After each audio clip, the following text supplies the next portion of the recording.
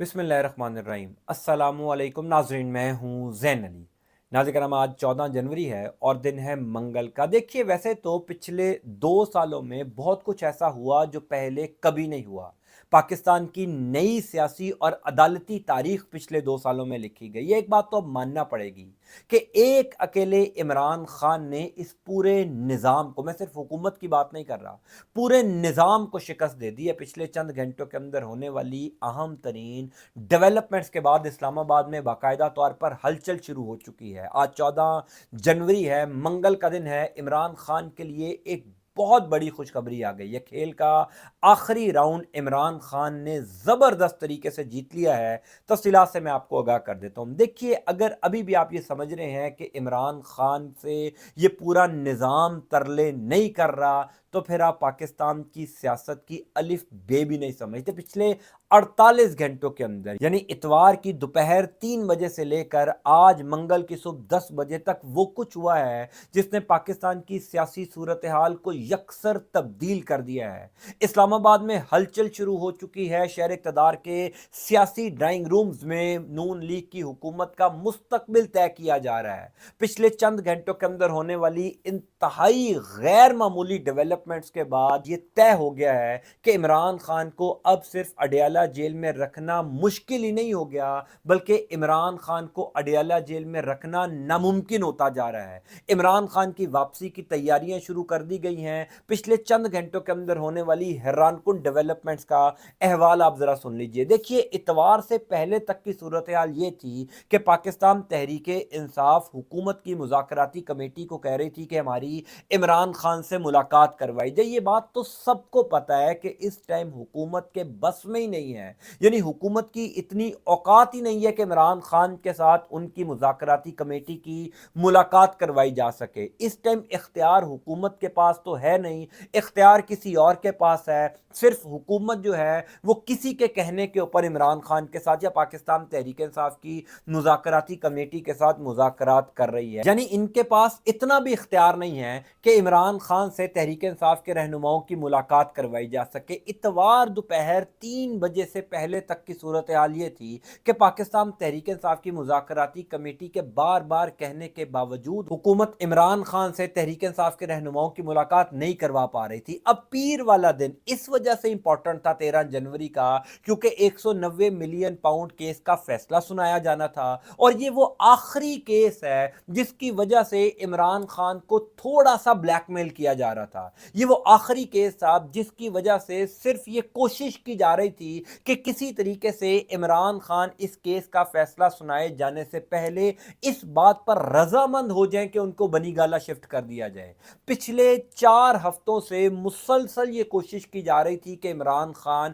کسی طرح مان جائیں کہ ان کو بنی گالہ زمان پارک یا کسی بھی جگہ منتقل کر دیا جائے اور عمران خان اس جگہ پر جا کر نظر بند ہو جائے۔ عمران خان کو اڈیالہ جیل سے نکالنے کے لیے پورا نظام پچھلے 4 ہفتوں سے کوشش کر رہا تھا، اور اسی وجہ سے پہلے 23 دسمبر کو 190 ملین پاؤنڈ کیس کا فیصلہ سنایا جانا تھا، پھر 6 جنوری کو 190 ملین پاؤنڈ کیس کا فیصلہ سنایا جانا تھا، اور پھر 13 جنوری کو، یعنی 3 دفعہ اس کیس کا فیصلہ سنایا جانا تھا، جو کہ لکھا جا چکا ہے۔ کیا پاکستان کی عدالتی تاریخ میں پہلے کبھی ایسا ہوا کہ کسی کیس کا فیصلہ لکھا جا چکا ہو، اس کیس میں تمام تر سماعتیں ہو چکی ہوں، فریقین کے دلائل ہو چکے ہوں، جج صاحب کمرہ عدالت میں بھی آتے ہوں فیصلہ سنانے کے لیے، لیکن جج صاحب کو بھی اجازت نہ ہو کہ وہ اس کیس کا فیصلہ سنا سکیں؟ اسی لیے میں نے کہا کہ پاکستان کی نئی سیاسی اور عدالتی تاریخ پچھلے 2 سالوں کے اندر لکھی گئی ہے۔ ایک اکیلے شخص عمران خان نے پوری سیاست اور عدالت کا دھارا تبدیل کر دیا ہے،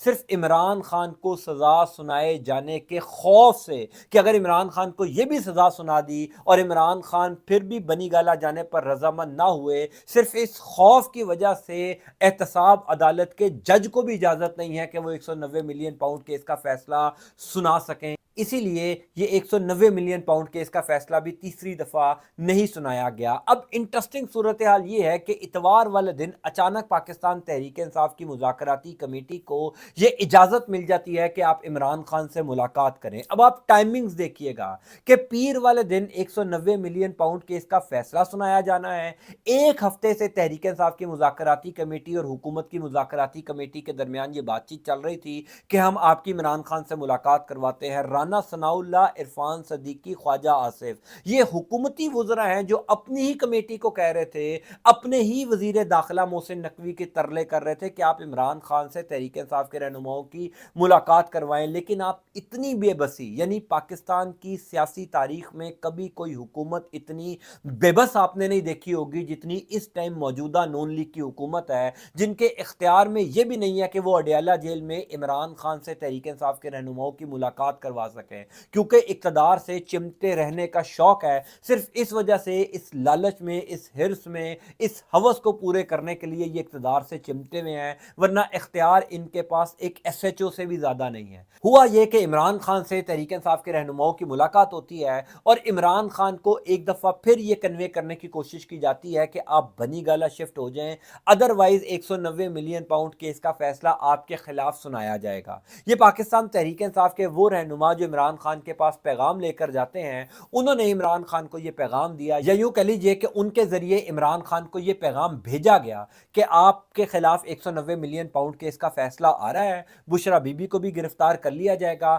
آپ صرف 190 ملین پاؤنڈ کیس کا فیصلہ آنے سے چند گھنٹے پہلے اس بات پر رضامند ہو جائیں کہ آپ کو بنی گالہ شفٹ کر دیا جاتا ہے۔ اتوار کی دوپہر جب 4:45 بجے یہ ملاقات ختم ہوتی ہے تو عمران خان ایک دفعہ پھر انکار کر دیتے ہیں کہ وہ کسی صورت بنی گالہ نہیں جائیں گے۔ مطالبہ عمران خان پھر بھی پاکستان تحریک انصاف کی مذاکراتی کمیٹی کے سامنے وہی رکھتے ہیں کہ جب تک تحریک انصاف کے باقی تمام تر سیاسی قیدی رہا نہیں ہو جاتے، جب تک تحریک انصاف کے باقی تمام تر سیاسی قیدیوں کے کیسز ختم نہیں ہو جاتے، جب تک ہمارا مینڈیٹ واپس نہیں مل جاتا، جب تک وہ جو عمران خان کی شرائط ہیں، تب تک جو ہے وہ کسی قسم کی گفتگو نہیں کی جائے گی۔ اگر 190 ملین پاؤنڈ کیس کا فیصلہ میرے خلاف آنا ہے، بے شک آ جائے، میں اڈیالہ جیل میں رہنے کو تیار ہوں۔ یہاں پر اب آپ ایک بات یاد رکھیے گا کہ اسٹیبلشمنٹ نے جو عمران خان کے خلاف کیسز بنائے ہیں، جن کی تعداد تقریباً 180 سے زیادہ ہے، اگر ان کیسز میں جان ہوتی، اگر یہ کیسز واقعی میرٹ پر بنائے گئے ہوتے تو ان کیسز کی تعداد 180 سے زیادہ نہ ہوتی، یہ ایک دو کیسز ہی ہوتے۔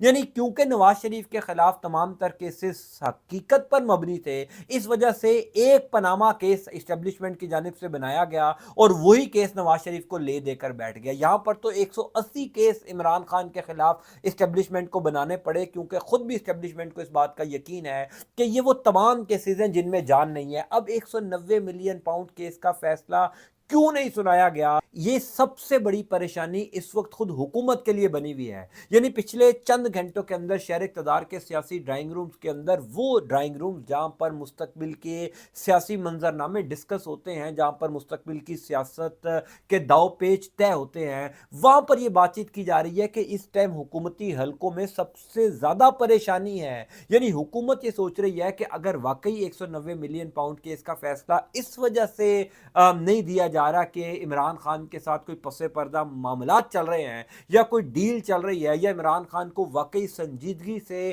انگیج کرنے کی کوشش کی جا رہی ہے، یعنی اگر آپ نے 190 ملین پاؤنڈ کیس کا فیصلہ نہیں سنایا، یعنی آپ نے اگر 3 دفعہ اس کیس کے فیصلے کو ملتوی کر دیا ہے، تو آپ نے عمران خان کے سامنے ہتھیار ڈال دیے ہیں، آپ نے ہار مان لی ہے۔ اگر ابھی بھی کوئی یہ سمجھ رہا ہے کہ جناب چیزیں عمران خان کے کنٹرول میں نہیں ہیں، اس ٹائم جو کچھ ہو رہا ہے وہ اسٹیبلشمنٹ کی مرضی یا حکومت کی مرضی سے ہو رہا ہے، تو پھر آپ کو پاکستان کی سیاست کی واقعی الف بے بھی نہیں سمجھ۔ اس time Imran Khan driving seat پر نہیں ہے، عمران خان باقاعدہ طور پر فیصلہ سازی میں آ چکے ہیں۔ عمران خان فیصلہ کریں گے کہ آئندہ آنے والے 10-15 دن بعد کا پاکستان کی سیاست کا منظرنامہ کیا ہوگا۔ آج 14 جنوری ہو چکی ہے، 6 دن بعد عالمی منظرنامے پر جو سب سے بڑی تبدیلی آنے جا رہی ہے، اس سے پہلے کسی صورت بھی عمران خان کو بنی گالہ شفٹ کرنا